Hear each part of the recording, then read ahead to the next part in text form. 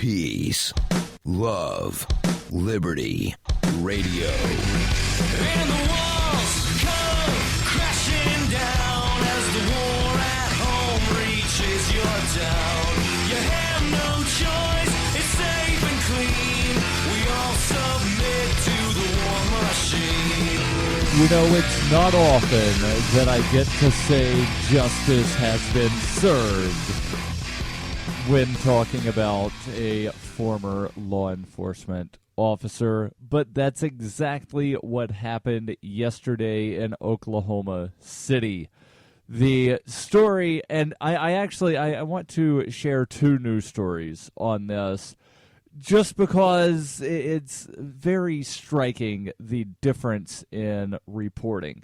Now, there's a couple of news outlets that are fairly trusted that generally do a good job of reporting the news and giving you just the facts.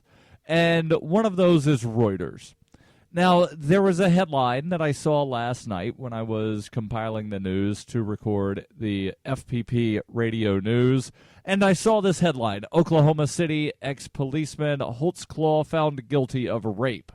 So I clicked on the story because that would have been a great story to wind up reporting on, and that's why I'm reporting on it here on Peace, Love, Liberty Radio. But I clicked on the story, and I was rather disappointed to see 3 sentences. The story from Reuters: a jury on Thursday found a former Oklahoma City police officer accused of sexually assaulting and raping 13 women guilty of rape and sexual battery. Daniel Holtzclaw, who turned 29 on Thursday, broke down in tears when the guilty verdict was read. He was also cleared of many of the 36 counts against him. That is the story from Reuters.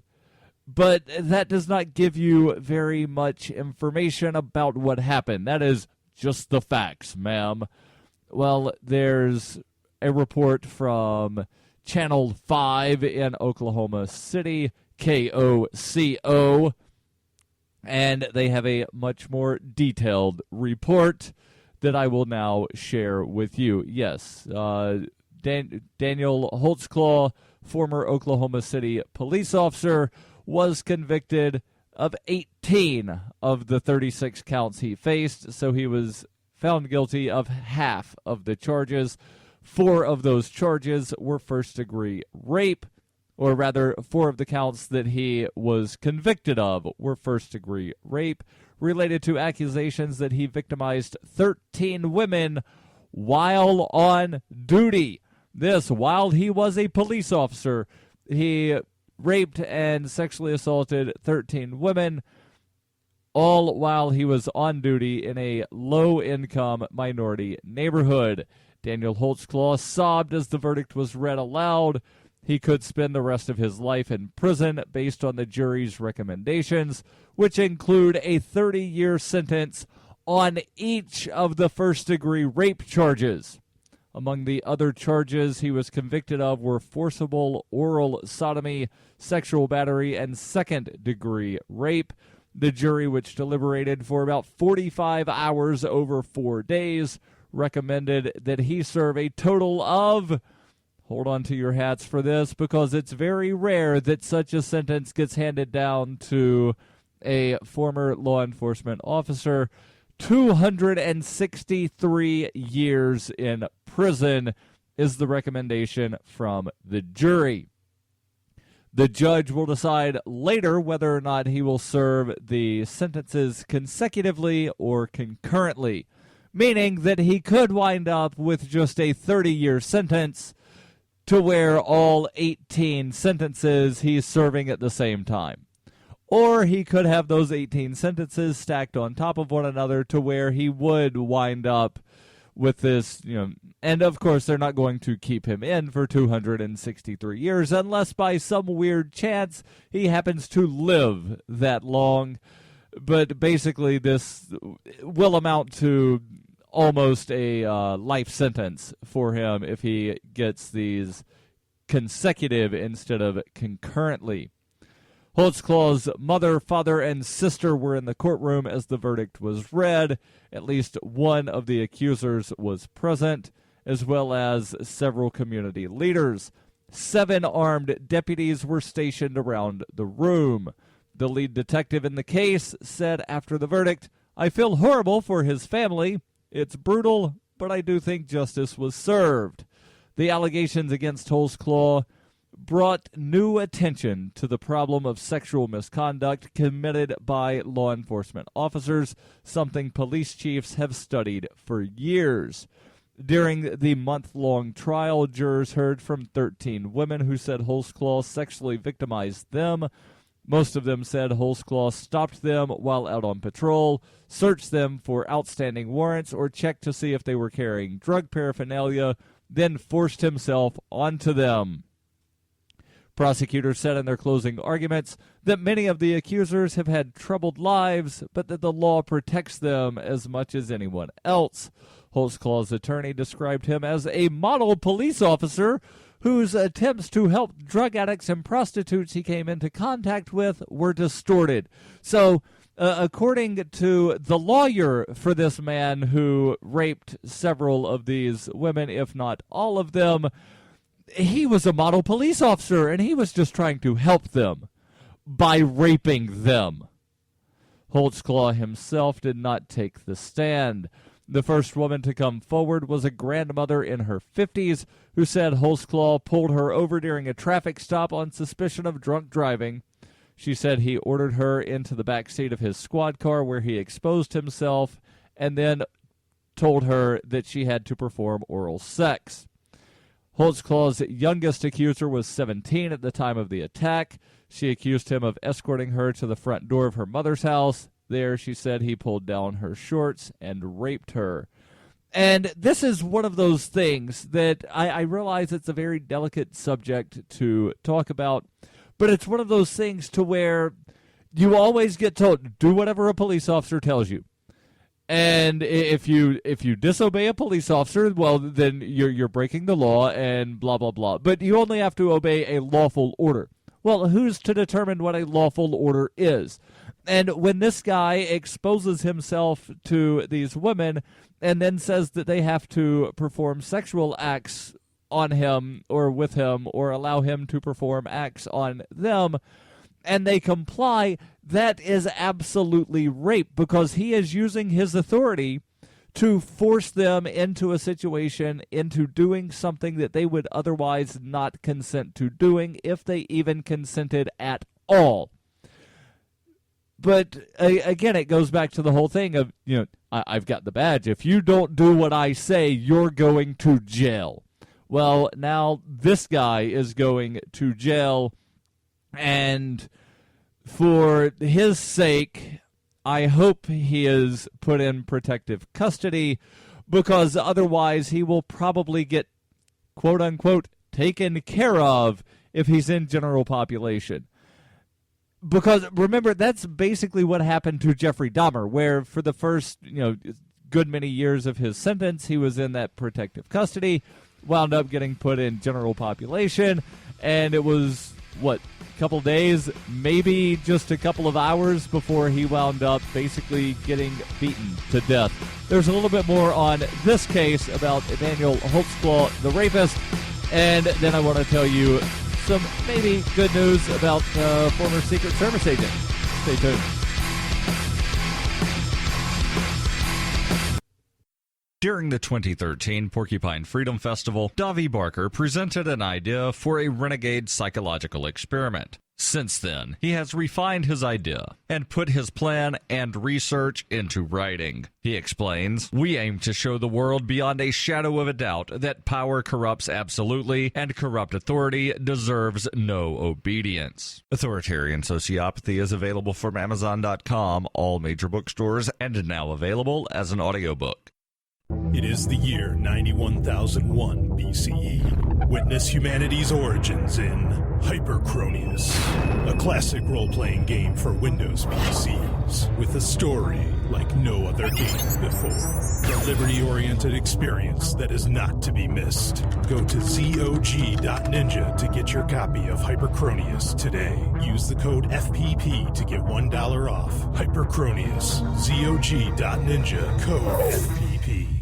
You can support FPP Radio by shopping online. Whether you're looking for precious metals, bitcoins, or books, you'll find that and more at shop.fppradio.com. Every purchase you make from one of my affiliates, like Namecheap, Spendabit, and Amazon at shop.fppradio.com helps fund FPP Radio. Or you can shop directly from FPP with Bitcoin in the Bitcoin store. That's shop.fppradio.com. You're listening to Peace, Love, Liberty Radio with Darryl W. Perry. Online at fppradio.com. So before I continue, I want to make sure, well, first I want to make sure that I tell you where I am going to be tomorrow. I, Darryl W. Perry, will be at the Liberty Love Fest in Rhode Island.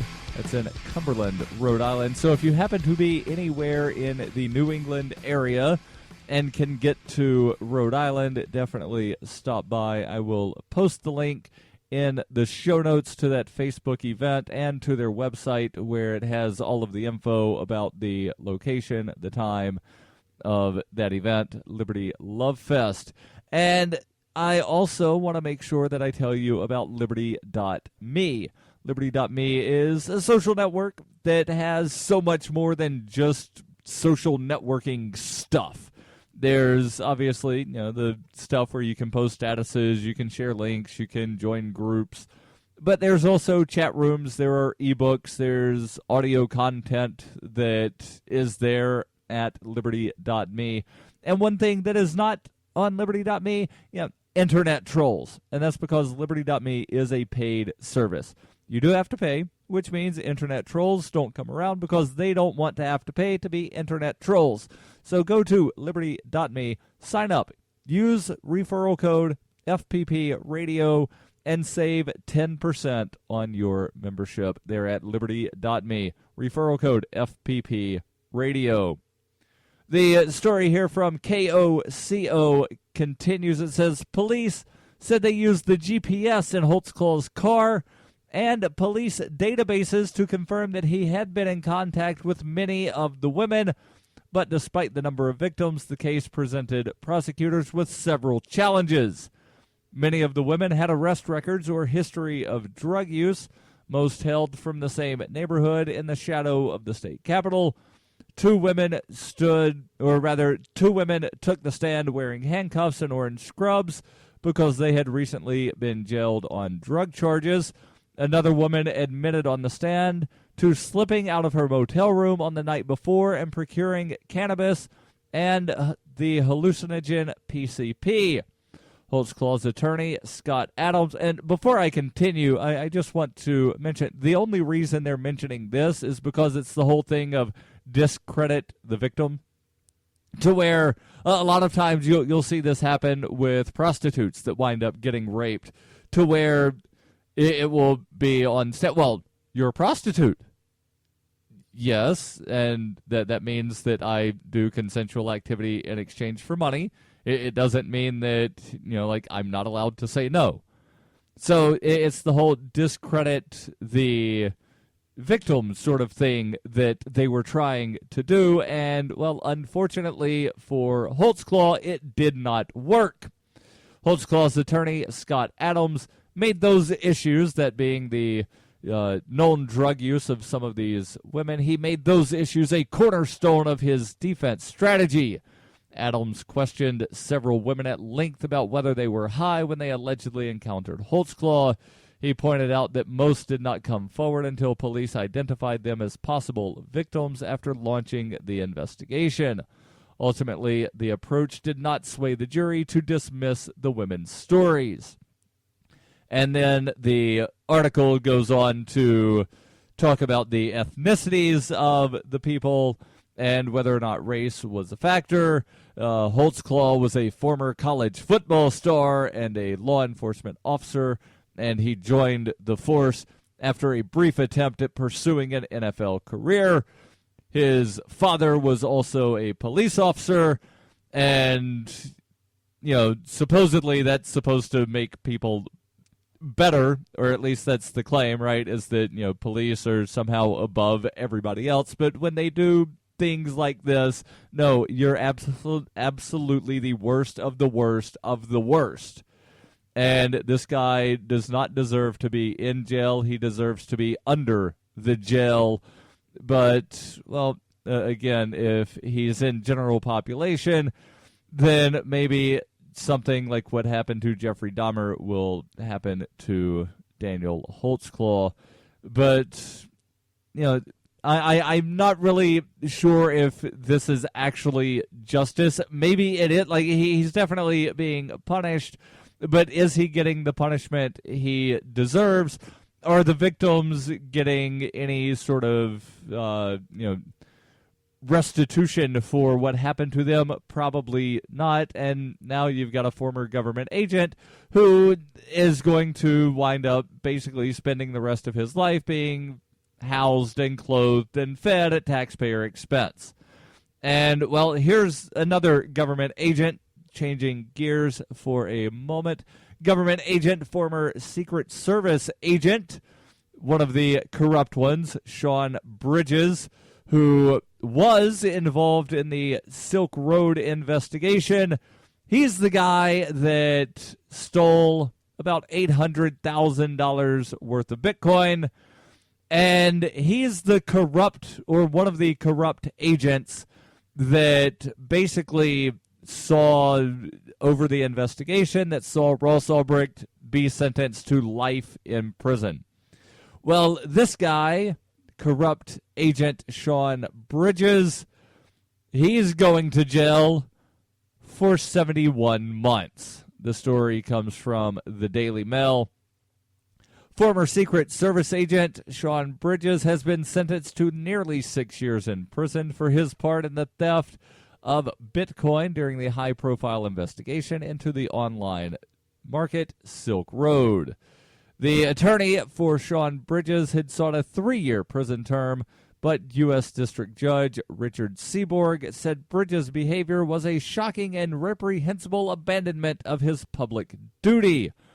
Seaborg said before issuing the 71-month sentence, "This, to me, is an extremely serious crime consisting of the betrayal of public trust by a federal law enforcement agency, and from everything I see, it was motivated entirely by greed." Bridges, who prosecutors said had previously spent time protecting the president's family, pled guilty in August to money laundering and obstruction of justice charges and acknowledged stealing $820,000 worth of Bitcoin after getting access to Silk Road, the multi-million-dollar marketplace for illegal drugs and other contraband. And there were legal things that were being sold on Silk Road as well. So it wasn't just illegal drugs, but that was definitely the draw, and a lot of what was being sold there was substances that you could not legally purchase in most places. Bridges, the article continues, was part of a task force investigating Silk Road. Prosecutors said, and they say here on Monday, it was actually about a week ago, prosecutors said in court that Bridges tried to pin the theft on a witness who was cooperating with the investigation, prompting Silk Road founder Ross Ulbricht to take out hits on the witness's life. And again, the whole thing of this murder for hire, if you read the actual documents, it seems as though the whole murder for hire stuff was set up at the behest of the government agents that were involved in the investigation so that they could basically trump up some charges. And speaking of trumped up charges, yes, there's a little more to this article. I'll post a link in the show notes. You can read it at your leisure. But what about trumped up regulations and legalizing like wine? I want to tell you what that happened to be in Colorado. Stay tuned. In 2115 New England, there are no borders, no states, and no regulations, yet never has a more peaceful and prosperous place existed. But Mr. Drake's security company has seen better days. Faced with the prospect of waning power, Mr. Drake intends to replace the anarchy of New England with a government. But at what cost? And can anyone stop him? Anarchy in New England by Joe Jarvis is available from Amazon.com and all major bookstores. In 1999, Darryl W. Perry began a search for traditional values, which led him down a path to the ideas of liberty. He tells the story in A Rebel's Journey, My Path to Liberty. Of the book, Dr. Brian Sovereign says, sometimes it's funny, and sometimes I think it's crazy, but it's always authentic. Find A Rebel's Journey, My Path to Liberty by Darryl W. Perry on Facebook, read reviews on Amazon, ask for A Rebel's Journey wherever books are sold, or visit arebelsjourney.com. When her plush and comfy life suddenly and unexpectedly fell apart, Brooke and her dog Cloud set out to defy the odds. If this is a man's world, as they say, living on the streets is no place for a young woman. One day she awoke in the redwood forest and realized she had become a hobo, and would ultimately come to know exactly what it means to survive. How to Be a Hobo by Brooke Willett is available from Amazon.com and all major bookstores. You're listening to Peace, Love, Liberty Radio with Darryl W. Perry. So before I tell you what legalized cannabis like wine actually did in Colorado, and it might actually surprise you if you are a longtime listener to this show, it probably will not, but it's information nonetheless that I feel people need to know about. But before I get into that, I want to make sure that I tell you about the FANS program. FANS are friends, allies, and numerous supporters, and you can join the FANS program for as little as $3 per month using the crowdfunding system Patreon. Now, yes, at one time I was doing it, my own sort of thing using PayPal and Bitcoin, but Patreon makes it so much easier for me to deliver perks to my fans that I've switched over to Patreon. And yeah, there's one or two people that are still under the old system, but they're not getting as easily the perks that you can get when you join the FANS program through Patreon. What are the perks? Well, one of the perks that I think is probably the biggest draw is the ad-free versions of the podcast. So you get the ad-free version of the daily FPP radio news, and you get the ad-free version of this show, Peace, Love, Liberty Radio. Also, as a fan, every month in your mailbox, you get the monthly newspaper, FPP News. And there are other perks you can get if you donate over certain levels. So if you donate over $10 per month, you'll wind up getting a signed copy of my latest book, A Rebel's Journey, My Path to Liberty. So go to fans.fppradio.com, take a look, see what perks you get. And if you want to help support the show and help the efforts of me creating Liberty Media, then join and donate. fans.fppradio.com. So what did the supposedly sensible legalize cannabis like alcohol? It was actually called legalize or regulate cannabis like wine. What did that turn into in Colorado? Well, there's actually somebody in Colorado that did a very detailed write-up that they posted on Facebook, and I've got this in front of me. It says, alcohol regulation in Colorado. 14,400 plus liquor licenses are issued and regulated yearly by 12 full-time employees on a $1.2 million budget. So, $83 per year to regulate and license each liquor licensee. So, let me just basically give that number one more time. So, you've got 12 employees who oversee a $1.2 million budget. When you divide that by the 14,400 plus liquor licenses, it works out to where there's a cost of $83 yearly to regulate and oversee each licensee to prevent monopolies when liquor prohibition, or rather when alcohol prohibition ended. Everyone is limited to one liquor license for the most part. You either get one as a manufacturer or you get a license as a retailer at one location. No chains and no multiple ownership or business licensure under different business names. There are dozens of different kinds of liquor licenses that cost from $3.50, that would be for an art show tasting, to a maximum of $1,250 for a manufacturer like Coors. Liquor licenses allow for consumption on premise and in view of the general public, including outside patios, concerts, events, and festivals. Any felon can apply and own a liquor license. If you give alcohol to a minor, it's always a misdemeanor and a $250 fine that doubles every time you do it, and it remains a misdemeanor. Alcohol is taxed at 1.9%, and alcohol, even a one-time use, can kill and cost society more than any other substance when you combine deaths, accidents, violence, healthcare, etc. Cannabis regulation in Colorado. 750 licenses for cannabis are issued and regulated yearly by 60 full-time cops and the governor. And the governor said they needed $50 to $80 million for their budget, which means that these 60 full-time employees, with their $50 to $80 million budget to oversee 750 licensees, that's a yearly $66,666 to approximately $106,000 to oversee each licensee, compared with the $83 per year to regulate and oversee each liquor licensee.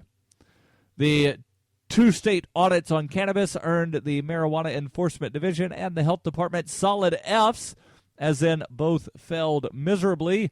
Millions of dollars were unaccounted for, and there was no enforcement. Patients were overcharged more than $13 million, and the confidential registry was breached. People can buy as many cannabis business licenses as they can afford, which has already created a monopoly.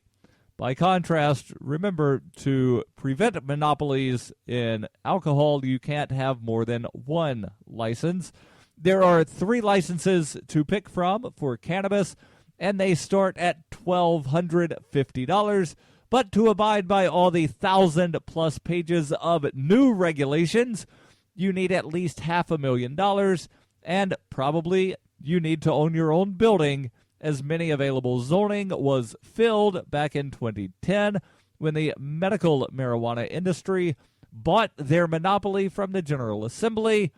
All the people who moved here after they helped collapse real estate and Wall Street nationwide to show Colorado how to professionally sell pot. Consumption on a licensed premise, even by employees, is illegal, and so is smoking in the view of the public.